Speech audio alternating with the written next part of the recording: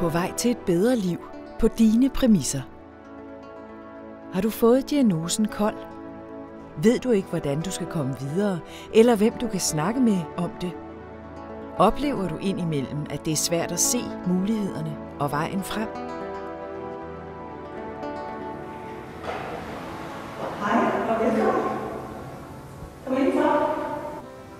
Jeg blev utrolig ked af det, fordi at før havde jeg jo energi til at både at gå i motionscentre og alt muligt, og det kunne jeg godt mærke, at det har jeg slet ikke mere. På den måde blev jeg utrolig ked af det. Jeg har også måttet slæbe mig op ad min trappe. Jeg bor på anden sal, og jeg måtte tage tre trin ad gangen, og ligesom holde pauser også. Så det har været rigtig slemt. Og mine veninder har måttet bære, hvis det var større ting, op for mig. Det kunne jeg slet ikke selv.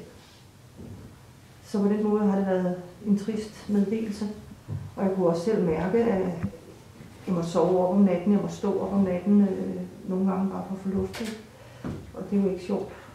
Og så bliver man selvfølgelig også lidt bange, ikke? Altså Vine, hun var altid syg, og det, men man lagde, altså jeg lagde ikke selv mærke til, at det er sgu nok fordi hun ryger, ikke? Så begyndte hun at få lungebetændelse rigtig tit, og kom så med den der sørgelige meddelelse, at hun havde KOL. Og det, jeg synes, det var ganske forfærdeligt.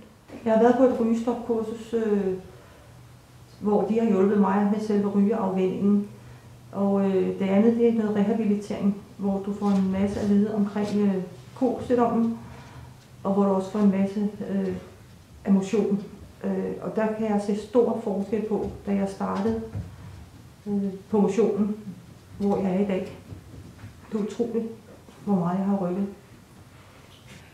Det er jo ikke kun at komme ind, efter hvad jeg har forstået på det, og komme ind og få at vide, at nu skal du holde op med at ryge. Altså der bliver jo virkelig, der kommer folk og holder foredrag, og der, altså de får at vide, hvad de skal spise, og der er gymnastik, og jeg synes, det er helt fantastisk.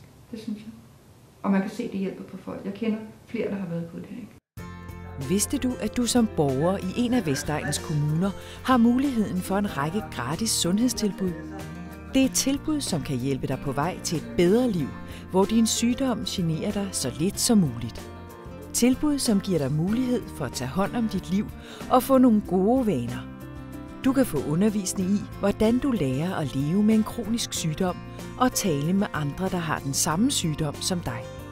Du kan få fysisk træning og motion, som er tilpasset dit eget niveau. Du kan få kostvejledning, så du lærer at spise sundt. Og du kan få hjælp til at holde op med at ryge. Og du vælger selv, om du vil tage imod alle tilbudene eller blot et enkelt. Det eneste, du behøver at gøre, er at kontakte din læge. Du kan gå til din egen læge og bede om en henvisning til kommunens eller hospitalets KOL-tilbud.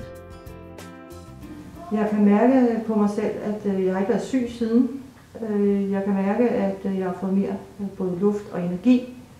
Og jeg har sågar gjort det, at jeg lige har købt mig en cykel for at få noget motion, fordi at KOL-holdet, eller hvad skal man sige, motionen derude holder op om en uge.